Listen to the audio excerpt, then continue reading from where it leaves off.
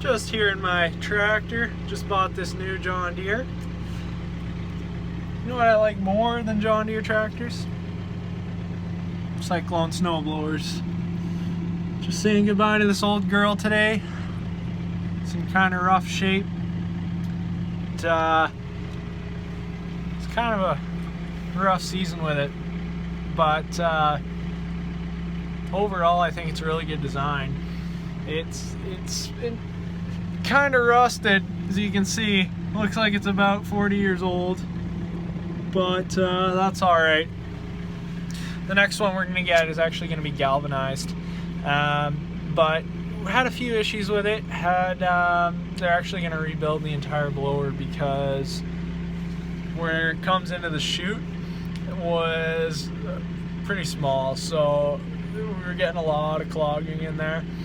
But overall, the design is pretty amazing. It leaves a lot less snow on the road than a normal old Pronovost like my other ones, and it's just definitely overall a superior design. Just a few things to work out, so really appreciate Jim. He's gonna rebuild it for us, basically, and just gonna pay for the getting it galvanized, and should be good to go.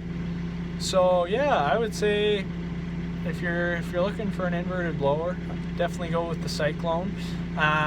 Really the only issues we had is the paint was awful, but I know they're working on that. And also, yeah, like I said, the chute, where it comes into the chute was definitely too small, so it had some major clogging issues there. And well, the chute itself was actually pretty terrible, to be honest. But he's actually teamed up with Pronovost, so it's gonna have one of those really nice Pronovost chutes like on my other ones. So that'll be really good. The chute on this one, it has a lot of flutter in it, but that's alright, not a huge deal. Get that worked out on the next one. So big shout out to Jim, and appreciate him rebuilding those for us. So just gonna say goodbye to this old unit, and yeah, give you a little closer look here.